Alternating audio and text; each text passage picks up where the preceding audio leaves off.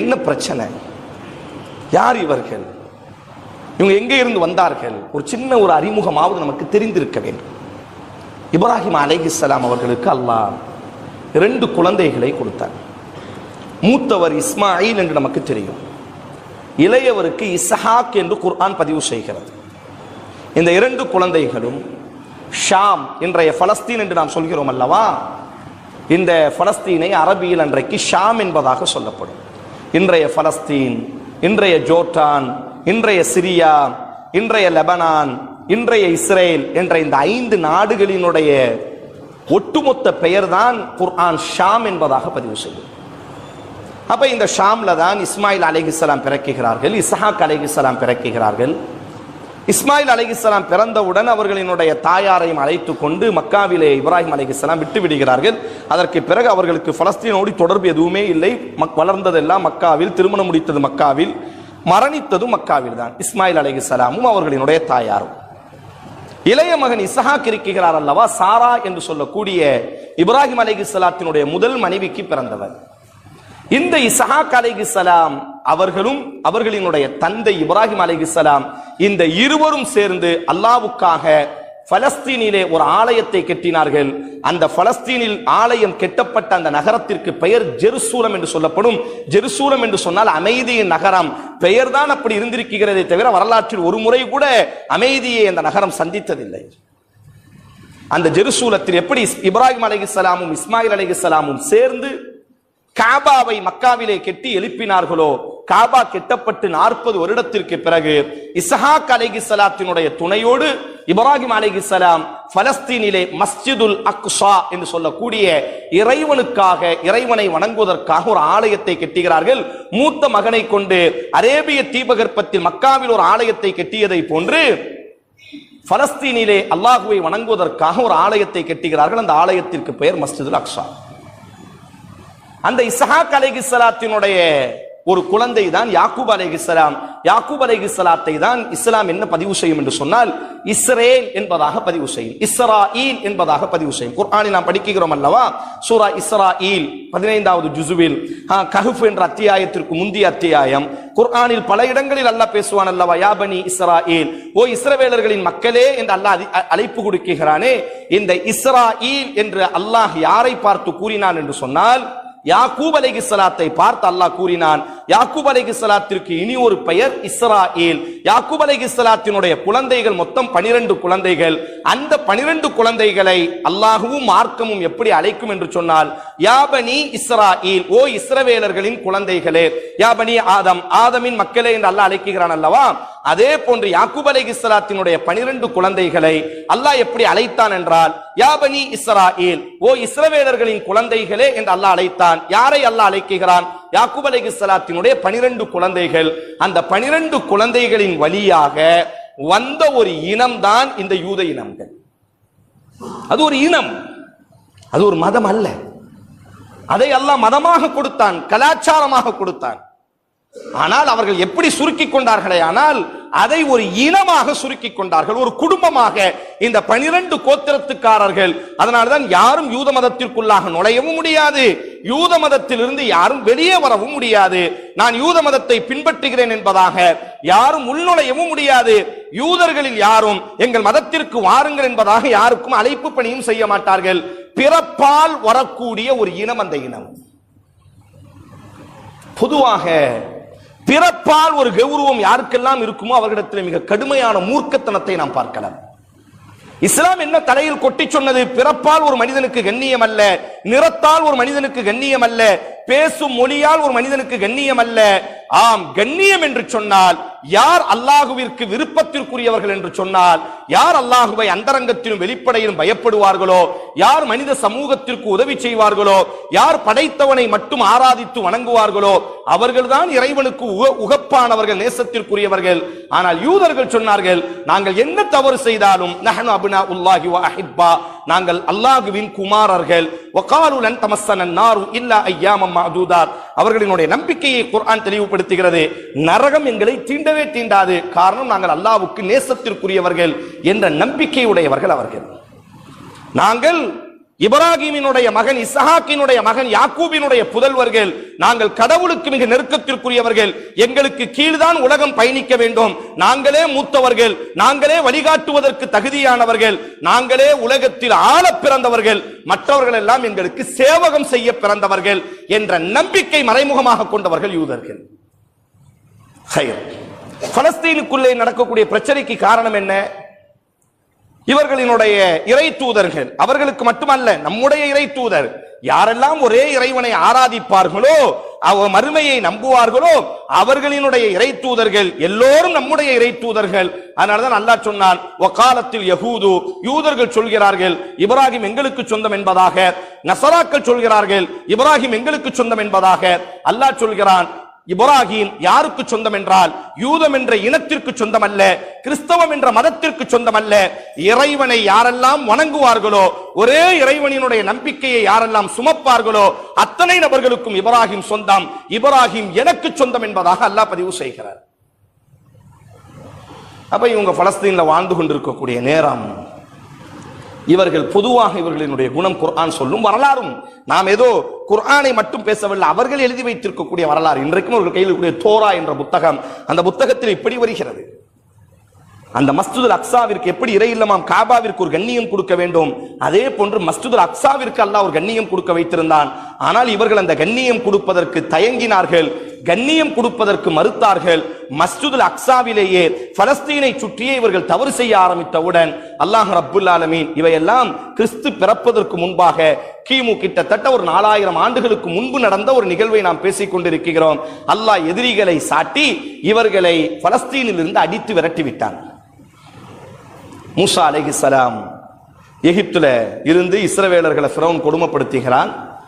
மூசா என்ற ராஜகுமாரன் பிறந்து இஸ்ரவேலர்களினுடைய சுதந்திரத்தை பெற்றுக் கொடுப்பதற்காக ஃபிரௌனிடத்தில் இருந்து மீட்டெடுத்து அப்படி கடலை பிளந்து, அல்லாஹ் குர்ஆன் சொல்கிற எல்லோருக்கும் தெரியும் அல்லவா, கடலை பிளந்து அல்லாஹ் பாதை அமைத்து அவர்களை மீட்டெடுத்து பாலைவனத்திற்கு வந்தவுடன் அல்லாஹ் அடுத்த கட்டளை இட்டான் இஸ்ரவேலர்களான மூசாவினுடைய சமூகத்திற்கு, நாம் பேசக்கூடிய யூதர்களுக்கு, உதுஹுலுல் அர்தல் முகத்தஸா, அந்த மஸ்ஜிதுல் அக்ஸாவை கொடுமைக்காரர்கள் ஆட்சி செய்து கொண்டிருந்தார்கள்.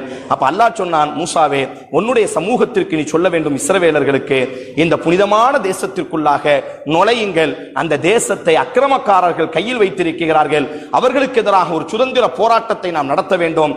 அல்லாஹ் உங்களை ஃபிரௌனிடத்திலிருந்து கண்ணுக்கு முன்பாக கடலை பிளந்து காத்தவன் அல்லவா அல்லாஹ், அந்த அக்கிரமக்காரர்களுக்கு எதிராக நீங்கள் போராடுங்கள், அல்லாஹ் உங்களோடு இருக்கிறான் என்று மூசா அலைஹிஸ்ஸலாத்துக்கு அல்லாஹ் வஹி அறிவிக்க, மூசா அலைஹிஸ்ஸலாமும் தன்னோடு இருக்கக்கூடிய அந்த யூத சமூகத்திற்கு இன்றைக்கு எந்த மஸ்ஜிதுல் அக்ஸாவை, எந்த பலஸ்தீனை சொந்தம் கொண்டாடுகிறார்களோ, இந்த நிலத்திற்காக ஒரு சுதந்திர போராட்டத்திலும் கலந்து கொள்ளாத பாவிகள் இந்த பாவிகள், துரோகிகள்.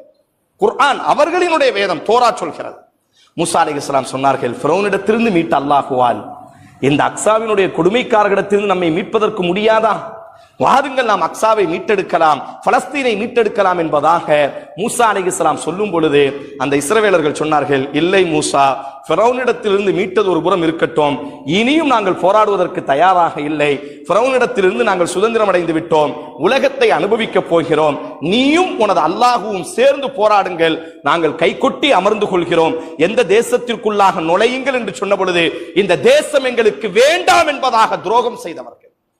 குர்ஆன் அவர்களினுடைய தோரா. உடனே அல்லாஹ் சொன்னான், 40 ஆண்டு காலம் நீங்கள் சாபத்தை தலையில் சுமந்தவர்களாய் இந்த தீகு பாலைவனத்திலே சுற்றித் திரிவீர்கள் என்று அல்லாஹ் ரப்புல் ஆலமீன், துரிபத் அலைஹிமு ஸில்லத்து வல் மஸ்கனா, உங்கள் மீது இழிவும் வறுமையும் சாட்டப்பட்டு விட்டது என்று சொல்லி 40 ஆண்டு காலம் அல்லாஹ் ரப்புல் ஆலமீன் அவர்களை அனாதையாக, அப்படி நாடோடிகளாக தீகு பாலைவனத்திலேயே அல்லாஹ் சுத்த வைத்தான். மூசா அலைஹிஸ்ஸலாத்திற்கு மரணம் நெருங்குகிறது. அவருக்கு ஒரு பெரிய ஆசை, எப்படி ஆகினும் மஸ்ஜிதுல் அக்ஸாவிற்குள்ளாக ஸஹீஹுல் புகாரி நாம் நுழைய வேண்டும் என்ற ஆசை. ஆனால் அல்லாஹ் ரப்புல் ஆலமீன் தன்னுடைய சமுதாயம் அல்லாஹ்வுக்கு துரோகம் இழைத்து விட்டது.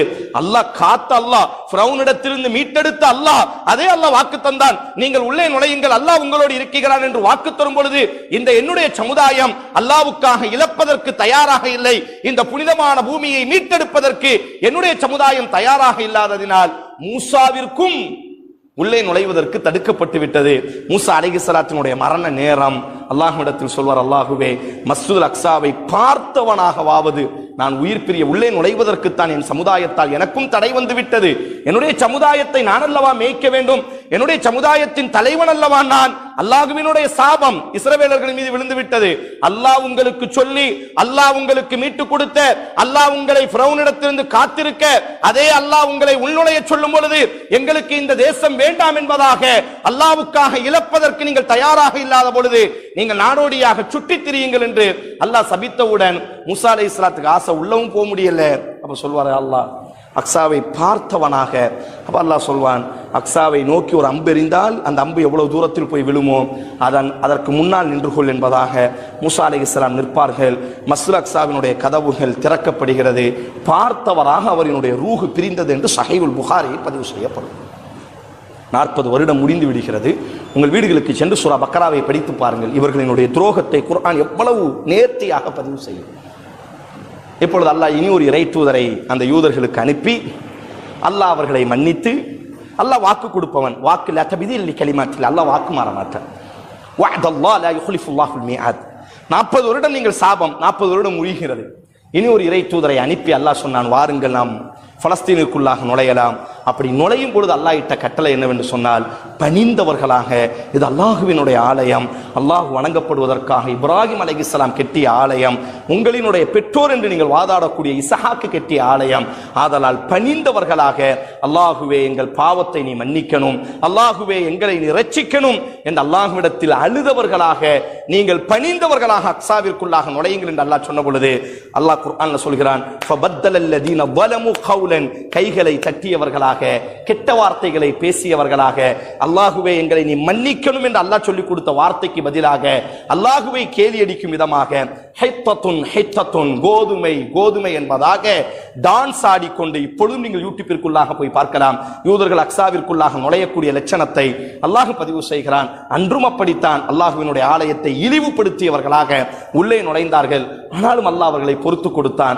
இவர்கள் இன்று மாறுவார்கள், நாளை மாறுவார்கள் என்று அல்லாஹ் பொறுத்து கொடுத்தான். அல்லாஹ் பல்வேறு இறை தூதர்களை அந்த சமூகத்திற்கு அனுப்பும் பொழுது அந்த சமுதாயத்தினுடைய குறைகளை, அந்த சமூகம், அந்த இனத்தை சார்ந்தவர்கள், மற்ற இறை தூதர்களை, மற்ற இனத்தை சார்ந்தவர்களை அல்லாஹ் இறை தூதர்களாக அவர்களுக்கு அனுப்பவில்லை.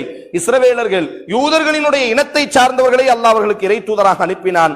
4வது அத்தியாயம் 155வது வசனம், ஃபபிமா நக்திஹிம் மீசாகஹும் வகுஃப்ரிஹிம் பிஆயாத்தில்லாஹ் வகத்லிஹிமுல் அம்பியா, தங்கள் இனத்தை சார்ந்து தங்களுக்காக அனுப்பப்பட்ட இறை தூதரையை கொடூரமாக அவர்கள் என்ன செய்தார்கள், கொலை செய்ய ஆரம்பித்தார்கள்.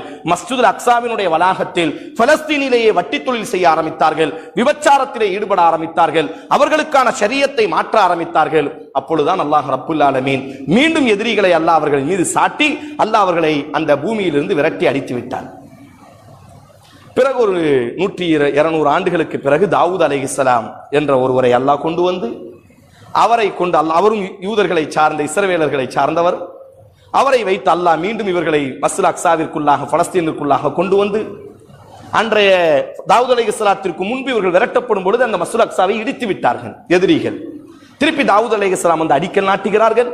குர்ஆன் பதிவு செய்யும், சுலைமான் அலைஹிஸ்ஸலாம் அவரினுடைய மகனார் சுலைமான் அலைஹிஸ்ஸலாத்திற்கு உலகத்தையே அல்லாஹ் ஆட்சி செய்யக்கூடிய அதிகாரத்தை கொடுத்திருந்தானே, அவருக்கு ஒரு பெரிய ஆசை, மீண்டும் இப்ராஹிம் அலைஹிஸ்ஸலாம் கெட்டிய, நம்முடைய தகப்பன் கெட்டிய இந்த ஆலயத்தை மீண்டும் நாம் எழுப்ப வேண்டும் என்ற ஆசையில் மனிதர்களை கொண்டும், குர்ஆன் சூரா நம்ல் என்ற அத்தியாயத்தில் அல்லாஹ் சொல்கிறான், ஜின்களை கொண்டும் சுலைமான் அலைஹிஸ்ஸலாம் மஸ்ஜிதுல் அக்ஸா என்று சொல்லக்கூடிய மிக பிரம்மாண்டமாக அல்லாஹ்வுக்காக ஒரு பெரிய ஆலயத்தை அந்த பலஸ்தீனிலே ஜெருசலத்திலே கட்டி எழுப்பினார்கள். கிறிஸ்து பிறந்ததிலிருந்து ஒரு 70 ஆண்டு காலம், கிபி 70 என்று சொல்வார்கள். உங்கள் வீடுகளுக்கு சென்று வரலாறை படித்து பாருங்கள். கிறிஸ்து இயேசு அலைஹிஸ்ஸலாம், ஜீசஸ், இதே யூத சமூகத்தை சார்ந்தவர். அவர்களுக்கு இறை தூதராக அனுப்பப்பட்ட பொழுது குர்ஆன் சொல்கிறது பாருங்கள், அவரை பற்றி சொன்னார்கள், ஒரு விபச்சாரியின் மகன், மரியம் ஒரு விபச்சாரி. மஅதல்லாஹ், என்ன தைரியம்! கிறிஸ்தவ உலகம், யூதர்களுக்கு இன்றைக்கு ஐரோப்பிய உலகம் யூதர்களுக்கு இன்றைக்கு அவர்களினுடைய ஆதரவை கொடுத்துக் கொண்டிருக்கிறது. ஆனால் அதே கிறிஸ்தவர்களை பார்த்து யூதர்கள் சொன்ன வார்த்தை விபச்சாரியினுடைய மகன் ஜீசஸ் என்பதால் இன்றும் அதைத்தான் சொல்லிக் கொண்டிருக்கிறார்கள். நாமாவது இயேசு அலைஹிஸ்ஸலாம் ஈசா அலைஹிஸ்ஸலாத்தை எம்முடைய இறை தூதர், எம்முடைய உயிரை விட மேன்மையானவர். முஹம்மது ஸல்லல்லாஹு அலைஹி வஸல்லம் எங்களுக்கு எப்படி இறை தூதரோ அதே போன்று இயேசு அலைஹிஸ்ஸலாம் ஈசா அலைஹிஸ்ஸலாம் நம்முடைய இறை தூதர் என்று நாம் சொல்கிறோம். ஒருவர் ஈசாவை மறுத்தால் அவர் முஸ்லிமே இல்லை என்பதாக நாம் சொல்கிறோம். ஆனால் யூதர்கள் சொன்னார்கள் இயேசு அலைஹிஸ்ஸலாம் ஈசா அலைஹிஸ்ஸலாம் பிறக்கும் பொழுது மரியம் ஒரு விபச்சாரி, மரியமுக்கு பிறந்த ஜீசஸும் ஒரு விபச்சாரன் என்பதாக சொன்னார்கள். இன்றும் சொல்லுகிறார்கள். இன்றும் அவர்களினுடைய நம்பிக்கை ஈசா அலைஹிஸ்ஸலாத்தை பற்றி அந்த நம்பிக்கை தான். கிபி 70 ரோமர்களினுடைய கை ஓங்குகிறது. இவர்கள் அட்டூழியம் செய்கிறார்கள். ரோமர்கள் இவர்களுக்கு அட்டூழியம் செய்வது, இவர்கள் ரோமர்களுக்கு அட்டூழியம் செய்வது. கடைசியாக ரோமர்கள் பார்த்து இவர்களை குறிவைத்து கொலை செய்தார்கள். இவர்களை எங்கெல்லாம் இன்றைக்கு எந்த ஐரோப்பிய உலகம் எல்லாம் யூதர்களுக்காக இன்றைக்கு வாதாடுகிறார்களோ இதே ஐரோப்பிய உலகம்தான். வரலாறு ஒன்றும் மறைந்து போகவில்லையே, வரலாறு ஒன்றும் இருட்டிலே எழுதப்பட்டதில்லையே, இன்றும் வரலாறு பாதுகாக்கப்பட்டுக் கொண்டிருக்கிறது. இதே ஐரோப்பிய உலகம்தான் தேடி தேடி யூதர்களை கொலை செய்தார்கள். அப்படி உயிர் பிழைப்பதற்காக ஓடி வந்தவர்களில் சிலர் மதீனாவிலே தஞ்சமடைந்தார்கள். மதீனாவுக்கும் யூதர்களுக்கும் என்ன சம்பந்தம்? கிறிஸ்தவர்கள் தேடி தேடி யூதர்களை கொலை செய்யும் பொழுது இனி நாம் உயிர் பிழைத்தால் போதும் என்பதாக உயிர் பிழைப்பதற்காக மதீனாவிற்குள்ளே வந்தார்கள். அல்லாஹ்வின் தூதர் ஸல்லல்லாஹு அலைஹி வஸல்லம் பிறப்பதற்கு கிட்டத்தட்ட ஒரு 1000 ஆண்டுகளுக்கு முன்பாகவே இவர்கள் என்ன செய்ய, ஒரு 500 ஆண்டுகளுக்கு முன்பாகவே இவர்கள் மதீனாவிலே கிறிஸ்தவர்களிடத்திலிருந்து தங்களை தற்காத்துக் கொள்வதற்காக பல நாடுகளில் போய் கிராமமாக உயிர் பிழைத்தால் போதும் என்பதாக யூதர்கள் தஞ்சமடைந்தார்கள். இவங்களுடைய நோக்கம் நாட்டுக்குள்ள வந்துட்டாங்கன்னா பூர்வீக குடிகளுக்கு மத்தியில் சண்டையை மூட்டி விட்டு இவங்க கையை கட்டி வேடிக்கை பார்ப்பாங்க. அப்படி இருந்த ஒரு பூர்வீக குடி தான் மதீனா அன்சாரிகள் என்று சொல்கிறோமே. மதீனத்து மக்கள் அவுஸ் ஹஸ்ரஜ்னு 2 தகப்பனுக்கு பிறந்த 2 மக்கள் அந்த தேசத்தை ஆள்றாங்க. யூதர்கள் உள்ள வந்து 2 பேருக்கு ஆயுதத்தை கொடுக்கிறது, 2 பேரையும் சண்டை போட வைக்கிறது. காரணம், நாடோடிகள் வந்தேரிகள் நிம்மதியாக இருக்க வேண்டும். ஆனால் பூர்வீக குடிகள் சண்டையிட்டுக் கொண்டால் மட்டும்தான் முடியும். இவங்க 2 பேருக்கு ஆயுதத்தை கொடுப்பாங்க, 2 பேருக்கு வட்டிக்கு காசை கொடுப்பாங்க. ஆனா தங்களுக்குள்ளே வட்டி கொடுக்க மாட்டார்கள், ஏனைய மக்களுக்கு வட்டிக்கு கொடுப்பார்கள். இவர்கள் செய்ததினால் மதீனா இரத்த காடாக இருந்து கொண்டிருந்தது. 500 ஆண்டு காலம் மதீனாவிலே சண்டைகள் மட்டுமே நடந்து கொண்டிருந்தது. இதற்கு முடிவு கட்டுவதற்காகத்தான் முஹம்மது ஸல்லல்லாஹு அலைஹி வஸல்லம் அவர்களை அல்லாஹ் மதீனாவிற்கு ஹிஜ்ரத் செய்து அழைத்து வந்தார். சரி, அல்லாஹ்வின் தூதர் எவ்வளவு நேசம் பாராட்டினார் தெரியுமா? மதீனாவிற்குள்ளாக வந்தவுடன் இவர்கள் எல்லாம் வேதக்காரர்கள். இவர்கள் எப்படி தலை சீவார்களோ அப்படி ஆரம்பத்தில் தலை சீவினார்கள். இவர்கள் எந்த திசையை நோக்கி வணங்கினார்களோ அந்த மஸ்ஜிதுல் அக்ஸாவை நோக்கி வணங்கினார்கள். காரணம், இவர்கள் வேதக்காரர்கள். இறை தூதர்களினுடைய ஏதோ ஒரு தொடர்பு இருக்கிறது என்ற நம்பிக்கையில் அல்லாஹ்வின் தூதர் ஒப்பந்தம் செய்தார்கள். மதத்தால் நாம் வேறுபட்டாலும், கொள்கையால் வேறுபட்டாலும், நாட்டால் நாம் எல்லாம் ஒன்றுபட்டவர்கள் அல்லவா? உங்கள் எதிரிகள் நமது எதிரி, எங்கள் எதிரிகள் உங்கள் எதிரி, எங்கள் எதிரிக்கு நீங்கள் உதவக்கூடாது, உங்கள் எதிரிக்கு நாங்கள் உதவ மாட்டோம் என்று வந்தவுடன் அல்லாஹ்வின் தூதர் மதீனாவிலே இருந்த பனு கைனுகா, பனு குரைவா, ஹைபர்ல இருந்த யூதர்களை எல்லாம் கூப்பிட்டு ஒப்பந்தம் செய்தார்கள். ஆனா இவங்களினுடைய குணம் எவ்வளவுன்னா, நாயை கழுவி எவ்வளவு சுத்தம் பண்ணி நடுவீட்டில் வச்சானோ பழமொழி சொல்வார்கள் அல்லவா? அல்லாஹ்வின் தூதர் ஹிஜ்ரி 5ஆம் ஆண்டு அஹ்ஸாப் யுத்தத்தில் குர்ஆன்ல சூரா அஹ்ஸாப் 22வது அத்தியாயம் அல்லாஹ் இதை நிகழ்வாகத்தான் அல்லாஹ் அனுப்பினான். மக்காவாசிகள் ரசூலை அழிப்பதற்காக பெரும் படையை திரட்டி வரும் பொழுது ரசூலுல்லாஹ் யூதர்களை எல்லாம் கூப்பிடுகிறார்கள். நாங்கள் கொள்கையால் வேறுபட்டால் நம் நாட்டை அவர்கள் அழிக்கப் போகிறார்கள், இது உங்களுக்கும் நாடு, அதனால் நாங்கள் நாமும் சேர்ந்து அவர்களை எதிர்க்கலாம் என்று சொன்ன பொழுது, முஹம்மதே நீ யார் என்றே எங்களுக்கு தெரியாதே என்பதாக அவர்களை அழைத்து வந்ததே இவர்கள் தான். பின்னால் தெரிந்து கொண்டார்கள். எவ்வளவு பெரிய ஒரு துரோகிகள், சொந்த நாட்டுக்கு துரோகம் செய்யக்கூடியவர்கள், தான் இருக்கக்கூடிய வீட்டுக்கு துரோகம் செய்யக்கூடியவர்கள். பெரும்பான்மையான யூதர்கள் அப்படித்தான். ஏன் அல்லாஹ்வின் தூதர் மதீனாவிலே அவர்களோடு ஒப்பந்தம் செய்து அவர்களுக்கு பாதுகாப்பு கொடுத்து அல்லாஹ்வின் தூதர் ஆட்சி நடத்தி கொண்டிருக்கும் பொழுது ரசூலினுடைய எதிரிகளுக்கு பின்னால் ஆயுதத்தை கொடுத்து ரசூலை கொல்லுவதற்காக அழைத்து வந்தார்கள். ஆனாலும் அல்லாஹ்வின் தூதர் அவர்கள் செய்த அத்தனை கொடுமைகளையும் பொறுத்துக் கொண்டு மீண்டும் மதீனாவிலே வாழுவதற்கு வாய்ப்பு கொடுத்தார்கள். ஹைபரை போய் வெற்றி பெறுகிறார்கள். இந்த யூதர்கள் முஸ்லிம்களுக்கு எதிராக பெரிய அளவுக்கு கொலை செய்வது, முஸ்லிம்களை கொல்றது, முஸ்லிம் சொத்துக்களை அபகரிக்கிறது. ஹிஜ்ரி 8ஆம் ஆண்டு அலி ரலியல்லாஹு அன்ஹுடைய அவர்களையும் அழைத்துக் கொண்டு ஒரு பெரிய ஹைபரினுடைய யுத்தம் என்று சொல்கிறோம். ஹைபர்னா கோட்டை. ஹைபர் கணவாய் வழியாக ஆப்கானிஸ்தானில் இருந்து உள்ளே நுழைந்தார் என்று சொல்கிறோமே, இதெல்லாம் இங்கிருந்து வந்ததுதான். ஹைபர்னா இங்க எங்கெல்லாம் இருக்காங்களோ அங்கெல்லாம் கோட்டை இருக்கும். உடனே ரசூல் ஸல்லல்லாஹு அலைஹி வஸல்லம் ஹைபர்ல போய் யூதர்களுக்கும் முஸ்லிம்களுக்கும் யுத்தம் நடக்கு, யூதர்கள் தோத்து போறாங்க. ரசூலுல்லாஹ்ட்ட சொல்றாங்க, நாங்க உருவாக்கிய நிலம், எங்களுக்கு வாழ அனுமதி கொடுங்க. ரசூலுல்லாஹ் அப்பொழுதும் பாருங்கள், கருணையினுடைய பிறப்பிடம் முஹம்மது ஸல்லல்லாஹு அலைஹி வஸல்லம், அப்பொழுதும் அல்லாஹ்வின் தூதர், நீங்க ஹைபர்லயே வாழ்ந்து கொள்ளுங்கள், ஆனா எங்களுக்கு எதிராக ஈடுபடாதீர்கள். ரசூலினுடைய தோழர்களை கொலை செய்து யுத்தம் நடைபெற்று யுத்தத்திலே ரசூல் வெற்றி பெற்று விட்டால் ரசூல் நினைத்தார்களை அடித்து விரட்டி இருக்க முடியும். ஆனாலும் அல்லாஹ்வின் தூதரிடத்திலே கை கட்டுவார்கள், வேண்டும் என்றால் காலை பிடித்து கதறுவார்கள். வரலாறு நடிகரும் பாருங்கள் இவர்களை. உடனே அல்லாஹ்வின் தூதர் வாழ்ந்து கொள்ளுங்கள் என்று அனுமதி கொடுத்தார்கள். அனுமதி கொடுத்துட்டு ரசூல்லாட்ட எங்க வீட்டுக்கு சாப்பிட வாங்கன்னு கூட்டு போறான் ஒருத்தன். புகாரி வருது, ரசூல்லா தான் அவனை வாழ்றதுக்கு அனுமதி கொடுத்திருக்கிறாங்க. வீட்டில் விஷத்தை வச்சு விட்டார்கள். சாப்பாட்டில் ஆட்டு சப்பையில விஷத்தை வைத்து ரசூலுக்கு கொடுக்கிறார்கள். தான் வாழுவதற்கு வாய்ப்பு கொடுத்தவரையே விஷம் வைத்துக் கொண்ட பாவிகள், துரோகிகள் அவர்கள். இவர்கள் என்ன ஹாஸ்பிட்டல் அடிக்கிறதெல்லாம் என்ன ஒரு பெரிய கொடுமை. ரசூலிடத்திலே மண்டியிட்டு பாவ மன்னிப்பை கேட்டு வாழுவதற்கு சுதந்திரத்தை கொடுத்த பொழுது சுதந்திரம் கொடுத்தவருக்கே விஷம் வைத்தவர்கள். அப்பொழுதும் ரசூலுல்லாஹி ஸல்லல்லாஹு அலைஹி வஸல்லம் விஷம் வைத்தவர்களை மன்னித்தார்கள், தண்டிக்கவில்லை. ஜிப்ரீல் வருகிறார், முஹம்மதே இறைச்சியை கடித்து விட்டார்கள். ரசூல் மரணிக்கும் பொழுது சொல்வார்கள், ஆயிஷா, ஹைபரினுடைய அந்த விஷம் இப்பொழுது என்னுடைய ஈரக்குலையை கிழித்துக் கொண்டிருக்கிறது. ஜிப்ரீல் சொல்வார், நாயகமே ரசூலே விஷம். உடனே ரசூல் துப்புவார்கள். ஆனால் ரசூலுக்கு முன்பாக சில நபித்தோழர்கள் சாப்பிட்டு விட்டார்கள், அந்த தோழர்கள் மரணித்து விடுவார்கள். ஆனாலும் ரசூல் ஸல்லல்லாஹு அலைஹி வஸல்லம் விஷம் வைத்த அந்த பெண்மணியை, அந்த குடும்பத்தை அல்லாஹ்வின் தூதர் தண்டிக்கவில்லை. பிறகு உமர் ரலியல்லாஹு அன்ஹுடைய ஆட்சி மஸ்ஜிதுல் அக்ஸாவை வெற்றி பெறுகிறார்கள். கிறிஸ்தவர்கள் வைத்திருந்தார்கள். சுருக்கத்திற்கு நான் வருகிற ஒரு நீண்ட ஒரு தலைப்பு. மஸ்ஜிதுல் அக்ஸா கிறிஸ்தவர்கிட்ட இருந்து வெற்றி பெறுது. அப்ப கிறிஸ்தவர்கள் இப்பொழுதும் அந்த கடிதம் பாதுகாக்கப்படுகிறது. கிறிஸ்தவர்கள் உமருக்கு சொல்றாங்க, எக்காரணத்தை கொண்டும் யூதனை மட்டும் உள்ள அனுமதிச்சிடாதீங்க. ஆனா உமர் ரலியல்லாஹு எழுதி கொடுத்த கடிதம், காசாவினுடைய இரத்தத்திலே குளித்துக் கொண்டிருக்கக்கூடிய இஸ்ரவேலர்களே, காசாவினுடைய குழந்தையினுடைய மார்பகத்தில் ஏவுகணையை விட்டு தாக்கக்கூடிய இஸ்ரவேலர்களே, முஹம்மது ஸல்லல்லாஹு அலைஹி வஸல்லத்தினுடைய தளபதி உமர் அவர்கள் இஸ்ரவேலர்களான யூதர்களுக்கு எழுதி கொடுத்த கடிதம் இன்றும் உலகத்தில் உயிரோடு இருக்கிறது. கிறிஸ்தவர்களை பார்த்து சொன்னார்கள், உங்களுக்கும் எழுதி கொடுக்கிறோம் கடிதம், அவர்களுக்கும் எழுதி கொடுக்கிறோம்.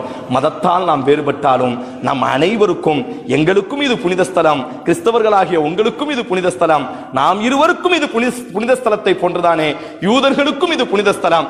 ஆதலால் நாம் இருக்கக்கூடிய சுதந்திரம் யூதர்களுக்கும் இந்த தேசத்தில் கொடுக்கப்படும். நமக்கு இருக்கக்கூடிய அத்தனை சுதந்திரமும் யூதர்களுக்கும் இந்த தேசத்தில் உண்டு என்பதாக.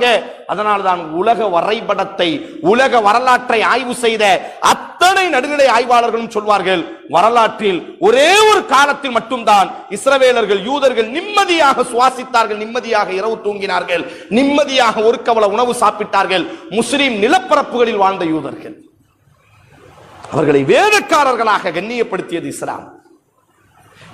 கிறிஸ்தவர்கள் சொல்கிறார்கள், இந்த துரோகிகளை உள்ளே அனுமதிக்காதீர்கள், இவர்கள் துரோகிகள், தர்த்தினியம் பிடித்தவர்கள். நாம சொன்ன வார்த்தை இல்ல.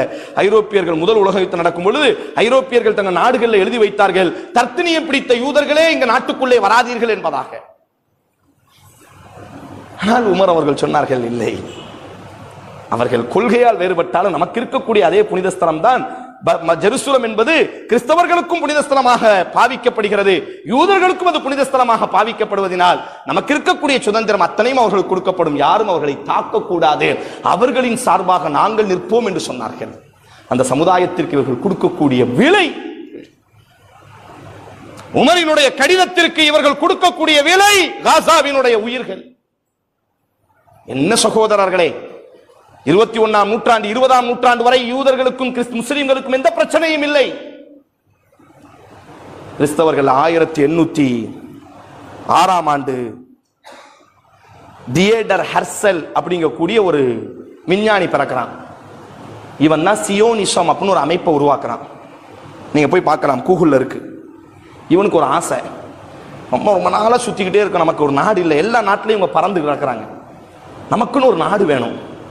ஐரோப்பியர்கள் கிறிஸ்தவர்கள் அடிச்சு விரட்டாங்க இவங்களை, தர்த்தினியம் பிடித்தவர்கள். இந்த வார்த்தை மறக்க கூடாது, கிறிஸ்தவ உலகம் யூதர்களை பார்த்து சொன்ன வார்த்தை. அப்பதான் அவன் யோசிக்கிறான், ஒரு ஏமாளியான ஒரு சமுதாயம் இருக்கு பலஸ்தீன்ல, என்ன செய்யறது, இந்த நாடு வாங்கணும், நமக்கு பலஸ்தீன்ல அந்த நாட்டை நம்ம துண்டாக்கணும். அன்னைக்கு இஸ்லாமிய ஆட்சி பலகீனப்பட்டிருந்தது. உஸ்மானிய பேரரசு, ஒட்டமன் பேரரசு என்று வரலாற்றில் நாம் படித்தோம் அல்லவா, கடனிலே தத்தளித்துக் கொண்டிருந்தது. மூழ்கி சாகுவதற்கான சவப்பெட்டியினுடைய கடைசி ஆணி அடிப்பதற்கு தயாராகிவிட்டது. ஒட்டமன் பேரரசிற்கான மரணத்திற்கான கயிறு இழுப்பதற்கு தயாரான அந்த காலகட்டம். இப்பதான் இந்த சியோனிசத்தினுடைய தந்தை தியோடர் ஹெர்சல் யோசிக்கிறான், இதுதான் சரியான சந்தர்ப்பம், முஸ்லிம்களினுடைய ஆட்சி பலகீனப்படுது. அப்ப ஐரோப்பியர்களுக்குள்ள நம்ம போனோம்னா அவன் ஏற்கனவே நம்மளை பார்த்து பார்த்து விசவச்சு கொண்டவன். ஆதலால் ஒரு ஏமாளியான ஒரு சமுதாயம் உண்டு, நமக்கு வாழ்வு கொடுத்து, நமக்கு ஹைபரில் வாழ்க்கை கொடுத்து, உலகத்தில் எல்லா பிரதேசத்திலும் வாழ்வதற்கான உத்தரவாதம் கொடுத்த உமரினுடைய ஒரு சமுதாயம் உண்டு என்பதாக நினைத்து இவன் என்ன செய்யறான், ஒரு தகவல் அனுப்புறான். உலகம் ஃபுல்லா இருக்கக்கூடிய யூதர்களுக்கு முடிஞ்ச அளவுக்கு பொருளாதாரத்தை சுருட்டிட்டு பலஸ்தீன்ல வந்து நிலத்தை வாங்குங்க அப்படின்னு முதல்ல ஒரு தகவலை கொடுக்கிறான். அவர்கள் எல்லாம் என்ன செய்தார்கள் என்று சொன்னால், முதல்ல பலஸ்தீனுக்குள்ள வந்தாங்க. ஏழ்மையான முஸ்லீம்கள் அல்லவா, பெரிய தொகையை கொடுத்து நிலத்தை வாங்கினாங்க யூதர்கள். முஸ்லீம்களுக்கு ஒரு சந்தோஷம், பக்கத்து வீட்டுக்காரனுக்கு கொடுத்தா கம்மியா கொடுப்பான், இவன்கிட்ட கொடுத்தா 4 மடங்கு அதிகமா தாரான். இன்னைக்கு பாக்குறமா இல்லையா? ஆனா ரசூல் சொன்னார்கள், பக்கத்து வீட்டுக்காரருக்குத்தான் முதல் உரிமை இருக்கிறது வீட்டை விற்பதற்கு. நான் வீட்டை விற்கிறேன் என்று சொன்னால் முதலிலே எனது பக்கத்து வீட்டுக்காரனிடத்தில் தான் கேட்க வேண்டும், நீங்கள் வாங்கிக் கொள்கிறீர்களா என்பதாக. அன்றைக்கு அப்பாவியான முஸ்லிம்கள் ஏதோ பாவப்பட்டு உலகத்திலிருந்து வந்திருக்கிறான், காசு தரான், வட்டி தொழில் செய்து கொளுத்தம் அந்த யூதர்கள் உள்ள வந்த உடனே பலஸ்தீனினுடைய நிலத்தை 1க்கு 10 மடங்கா வாங்கினார்கள். முஸ்லிம்கள் வெகுளியாக வித்துக் கொடுத்தார்கள். 1924 முதல் உலக யுத்தம். சொன்னது பிரிட்டன், ஜெர்மன்ல தான் அதிக யூதர்கள் இருந்தாங்க. ஏன் ஹிட்லருக்கு யூதர்கள் மீது வெறுப்பு? இதுதான் காரணம். முதல் உலக யுத்தத்தில் பிரிட்டன் ஒரு ஒப்பந்தம் கொடுக்கு யூதர்களுக்கு, உலகத்தில் வாழக்கூடிய யூதர்களை ஃபுல்லாக கூப்பிட்டு ஒரு சியோனிசம் ஒரு அமைப்பு உருவாயிட்டு அந்த அமைப்புக்கு ஒரு அறிக்கை எழுதி கொடுக்கு, முதல் உலக யுத்தத்தில் ஜெர்மனுக்கு எதிராக எங்களுக்கு நீங்க உதவி செய்யுங்க, அப்போ உங்களுக்கு நாங்க மத்திய கிழக்குல பலஸ்தீன்ல உங்களுக்கு ஒரு நாட்டை நாங்க உருவாக்கி தரோம் சொல்லி இன்னைக்கு அந்த பார்ப்பர் அறிக்கைன்னு சொல்லி இன்னைக்கு உயிரோடு இருக்கு அந்த அறிக்கை. பிரிட்டன் சொன்ன உடனே ஜெர்மனிலேயே ஜெர்மனியினுடைய உணவையே சாப்பிட்டு கொண்டு ஜெர்மனியினுடைய ராணுவத்திலேயே வாழ்ந்து கொண்டு ஜெர்மனுக்கு எதிராக முதல் உலகத்தில் பிரிட்டனுக்கு எதிராக ஒன்னதான் ஹிட்லர் பார்த்தாரு. ஆஹா, இவன் பாவிகள், துரோகிகள், இவனை விடவே கூடாதுன்னு சொல்லி 5 லட்சம் யூதர்களை பார்த்து பார்த்து கொலை செய்தார். அப்பொழுது கப்பலிலே ஏறி ஒவ்வொரு நாடாக தத்தளித்தார்கள் ஐரோப்பிய உலகம். இன்றைக்கு எந்த அமெரிக்காவும் பிரான்சும் பிரிட்டனும் இன்றைக்கு இஸ்ரேலுக்காக தன்னுடைய ஆயுதத்தை கொடுத்து உதவி கொண்டிருக்கிறதோ, அன்றைக்கு இதே யூதர்கள் ஹிட்லரிடத்திலிருந்து உயிர் பிழைத்தால் போதும் என்பதாக ஓடி வந்த பொழுது கப்பல்ல வரும் பொழுது எல்லா ஐரோப்பிய உலகமும் மறுத்து விட்டார்கள் உள்ளே விடுவதற்கு. இன்னைக்கு அந்த கப்பல் போட்டோ இருக்கிறது. அந்த கப்பல் அவர்கள் கையால் எழுதி கொண்டு ஒரு பேனர் இருக்கு, அந்த பேனர்ல எழுதி வைத்திருந்தார்கள், உலகம் எங்களை கைவிட்டு விட்டது, முஸ்லிம்களே நீங்கள் எங்களை கைவிட்டு விடாதீர்கள் என்பதாக. பலஸ்தீனினுடைய கடற்கரையிலே ஆடை இல்லாமல் ஒட்டிய வயிறோடி பரட்டை முடியோடி இஸ்ரவேலர்கள் யூதர்கள் வருவதை பார்த்தவுடன் முஸ்லிம் சமுதாயம் தங்கள் நிலத்தை கொடுத்தார்கள். அதற்கான விலைதான் காசாவிலே நடந்து கொண்டிருக்கிறது. முதல் உலக யுத்தம் ஹிட்லர் பார்த்து பார்த்து கொன்ற பொழுது எந்த ஐரோப்பிய உலகமும் அத்தனை ஐரோப்பிய உலகமும் தங்களினுடைய கதவை அடைத்து விட்டார்கள். பலஸ்தீனிலே வந்து கண்ணீர் வடித்தார்கள், உலகம் எங்களை கைவிட்டு விட்டது, நீங்கள் எங்களை கைவிட்டு விடாதீர்கள். முஸ்லிம்கள் வரவேற்றார்கள். தாமதம். 2ஆம் உலக யுத்தம் முடிவுக்கு வருகிறது 1947. எந்த தேசம் உயிர் பிழைப்பதற்கு வாய்ப்பு கொடுத்ததோ, எந்த தேசம் ஆடை அணிவதற்கு வாய்ப்பு கொடுத்ததோ, எந்த தேசம் எல்லா ஐரோப்பியர்களும் பார்த்து பார்த்து கொலை செய்த பொழுது, ஐரோப்பியர்கள் அனைவரும் தர்த்தனியம் என்பதாக ஒதுக்கி வைத்த பொழுது, எந்த பலஸ்தீன் தேசம் கைகோர்த்து கையோடி நெஞ்சோடி அரவணைத்துக் கொண்டதோ, அந்த யூதர்களுக்கு 1947 பிரம்மாண்ட வளர்ச்சி அடைந்தது. அமெரிக்கா 2ஆம் உலக யுத்தத்தில் வெற்றி அடைஞ்சிச்சு. அமெரிக்காவினுடைய தயவோடு சொந்த அடைக்கலமான தேசத்தையே 2ஆக பிரித்து இன்றைக்கு அந்த தேசத்தையும் ஆக்கிரமித்து கடைசியாக காசா 35 கிலோமீட்டர் என்ன நடக்க போதுன்னு தெரியல. நடந்து கொண்டிருக்கக்கூடிய நிகழ்வை பார்த்தால் இன்னும் ஒரு சில மாதங்களில் அந்த நிலமும் இஸ்ரவேலர்களிடத்திலே சென்றுவிடும். 80 வருடத்திற்கு முன்பாக ஒடுக்கப்பட்ட சமூகத்திற்கு அரவணைத்த அந்த சமுதாயம் கடைசி நிலத்தையும் இப்பொழுது இழப்பதற்கு தயாராகிவிட்டது. இதுதான் துரோகத்தினுடைய ஒரு சுருக்க வரலாறு. أقول قولي هذا وأستغفر الله لي ولكم ولسائر المسلمين فاستغفروا إنه هو الغفور الرحيم.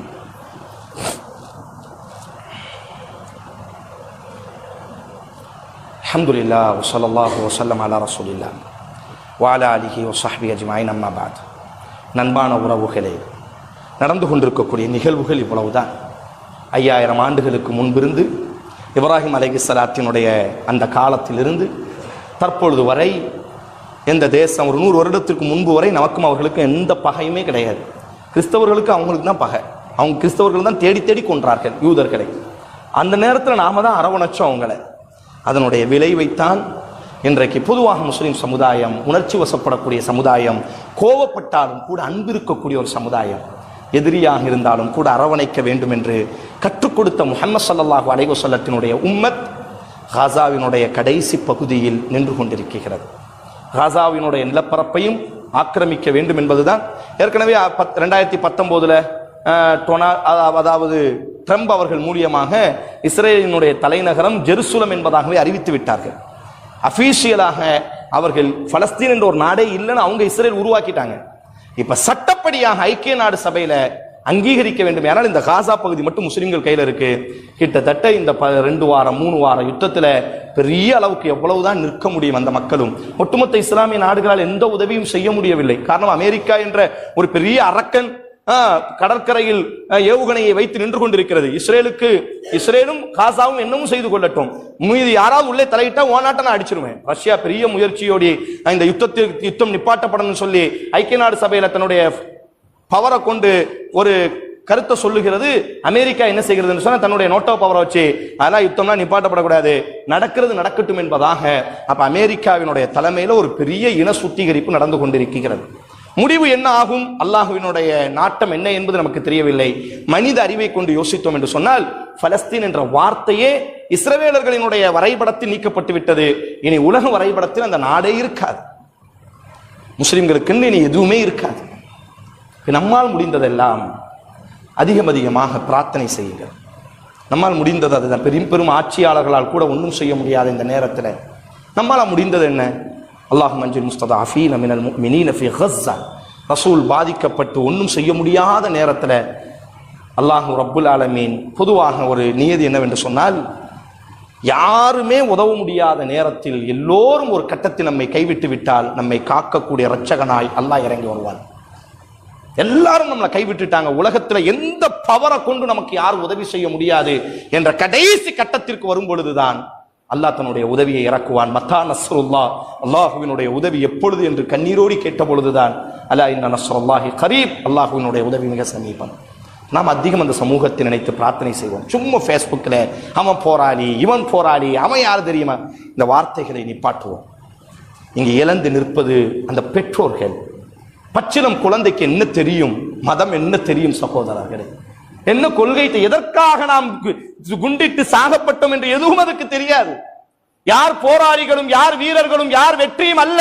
இங்கு ஒவ்வொரு பிணங்களும் கண்ணீரோடு அடக்கம் செய்யப்பட்டுக் கொண்டு அந்த இடத்தில் வைத்து என்னுடைய மகனாய் என்னுடைய குழந்தையாக யோசித்து பார்க்கும் பொழுது என்ன வெற்றி கிடைத்து விட போகிறது சகோதரர்கள். அதனால் முதல்ல இந்த கொள்கையிலிருந்து அவன் போராளி இவன் இப்படி இந்த பொதுமக்களை எதிரியாக்கக்கூடிய காரணம், நாம் ஒரு நாட்டில் வாழுகிறோம். வெகுஜன மீடியாக்கள் என்ன சொல்கிறதோ அதை மட்டுமே நம்பக்கூடிய நாமும் அப்படித்தான் நம்பிக்கொண்டிருக்கிறோம். அதனால் நம்முடைய எழுத்துக்கள் இனி ஒருவரை நமக்கு எதிரியாக ஆக்கக்கூடாது. அதனால் கொஞ்சம் நிதானம். நம்மால் முடிந்தது தஹஜ்ஜத்தில் இந்த உம்மத்திற்காக செய்ய முடிந்தது என்ன? நம்ம எத்தனை பேர் தஹஜ்ஜத்தில் துஆ செய்கிறோம்? நம்ம எத்தனை பேர் லுஹாவில் துஆ செய்கிறோம்?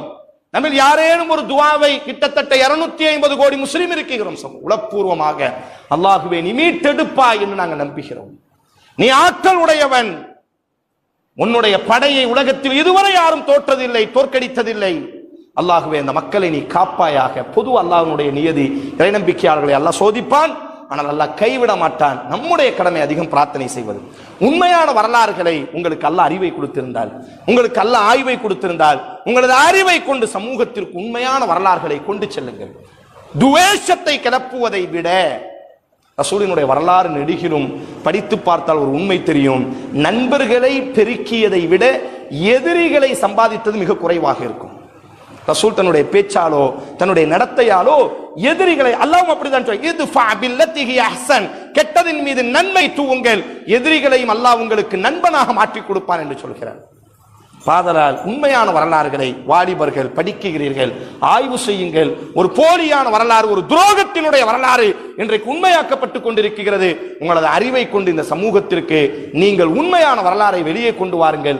முடிந்த அளவிற்கு இஸ்ரேலினுடைய பொருட்கள், நம்முடைய நாட்டில் எவ்வளவு பொருள் உண்டு, நம்முடைய நாடு தயாரிக்கக்கூடிய நம்முடைய நாட்டினுடைய பொருளாதாரம் வளரக்கூடிய எத்தனையோ பொருட்கள் இருக்கிறது. அந்த பொருளுக்கு நீங்கள் இல்லை, வேற வழியே இல்லை என்று சொன்னால் வேறு தெளிவா தெரியுது இது இஸ்ரேலினுடைய தயாரிப்பு என்பதாக. அதற்கு மாற்றாக எத்தனை நம்முடைய நாட்டினுடைய பொருள் உண்டு. நம்முடைய நாடு தயாரித்த பொருள் எத்தனையோ பொருட்கள் இருக்கிறது. அந்த பொருளை நீங்கள் காரணம் அவர்களுக்கு ஒரு பெரிய அளவுக்கு சப்போர்ட் பொருளாதாரம். இன்னைக்கு உலகமே கண்டு இன்னைக்கு அமெரிக்கா ஓடி போகுது, பிரான்சும் ஜெர்மனும் ஓடி போய் கையை கொடுக்கு உனக்கு பின்னாடி நாங்க நிக்கிறோம்னு சொல்றாங்கன்னா அது காரணம் எல்லாத்துக்கும் வட்டியை கொடுத்து பயங்கரமான பொருளாதாரத்தை பெருக்கி வைத்திருக்கிறார். இஸ்ரேல் என்பது அமெரிக்காவினுடைய ஈரக்கொலை. அது காத்தே ஆகணும் என்று அமெரிக்கா நினைக்கிறது. காரணம் பொருளாதாரம், தங்க முட்டையிடக்கூடிய வாத்து. அவனுடைய பொருளாதாரம் நம்மூலியமாக ஜப்பான் ஒரு நாடு ஹிரோஷிமாவை அமெரிக்கா அடிச்ச பொழுது அந்த மக்கள் பெரிய அளவுக்கு மத துவேஷத்தை பரப்பவில்லை. அவங்க அறிவுபூர்வமாக இனி அமெரிக்காவுடைய பொருளை புறக்கணிப்போம் என்று புறக்கணித்தார்கள். உலகத்தில் மிகப்பெரிய வல்லரசாக நிற்கிறார்கள். மேடியன் ஜப்பான்னா பெரிய தரம் உங்களுக்கு தெரியும். வாட்சில் ஜப்பான் வாட்சினா முதல்ல அவங்க செஞ்சது என்னன்னா தங்கள் எதிரிகளினுடைய பொருட்களை புறக்கணித்தார்கள். தங்கள் நாட்டினுடைய சுதேசி பொருட்களுக்கு அவர்கள் ஆர்வப்படுத்தினார்கள். இப்ப நம்ம நாட்டில் குளிர்பானமா இருக்கட்டும், மத்த எந்த பொருளா இருக்கட்டும், நம்ம நாட்டினுடைய மக்கள் நம்ம நாட்டினுடைய பொருளாதாரத்தை போட்டு செலவு செய்யக்கூடிய தயாரிக்கக்கூடிய பொருட்கள் இருக்கிறது. அதற்கு நீங்கள் முன்னிலைப்படுத்துங்கள், முக்கியத்துவப்படுத்துங்கள். அவர்களினுடைய பொருட்களை முடிந்த அளவிற்கு நாம் தவிர்த்து கொள்வோம், அதிகம் பிரார்த்தனை செய்வோம். அல்லாஹ் ரப்புல் ஆலமீன் பலகீனமாக ஒன்றும் உதவ முடியாமல் கைகளும் வாய்களும் கெட்டப்பட்டு கண்ணீரோடித்தான். பார்த்து பார்த்து உள்ளங்கள் எல்லாம் செத்து விட்டது. இனி பார்ப்பதற்கு சக்தி இல்லையா அல்லாஹ், லா த்வாக்கத லனா, எந்த சக்தியும் இனி எங்களுக்கு இல்லை. இல்லா குவத்துக், உன்னுடைய சக்தியை தவிர. லா நாஸிர லனா இல்லா நுஸ்ரத்துக், உன்னுடைய உதவியை தவிர அந்த மக்களுக்கு எந்த உதவியும் இல்லை. லா ஹாஃபித லனா இல்லா ஹிஃபுதுக், உன்னுடைய பாதுகாப்பை தவிர அந்த மக்களுக்கு எந்த பாதுகாப்பும் இல்லையா அல்லாஹ், அவர்களை நீ பாதுகாப்பாயாக, எதிரிகளை தோற்கடிப்பாயாக. அல்லாஹும்ம யா முன்சிலல் கிதாப், வேதத்தை இறக்கியவனே, முஜ்ரிய ஸஹாப ஹாஸிமல் அஹ்ஸாப யஹ்ஸிமுஹும், யார் அநியாயம் செய்வார்களோ அவர்களினுடைய கால்களை நடுங்க வைப்பாயாக. அநீதத்திற்கு உட்படுத்தப்பட்ட அந்த மக்களினுடைய கால்களை ஸ்திரப்படுத்துவாயாக. இன்னல்லாஹ யஅமுரு பில் அத்லி வல் இஹ்சான் وإيتاء ذي القربى وينهى عن الفحشاء والمنكر والبغي يعظكم لعلكم تذكرون اذكروا الله العظيم يذكركم واشكروه على نعمه يزدكم ولذكر الله أكبر والله يعلم ما تصنعون.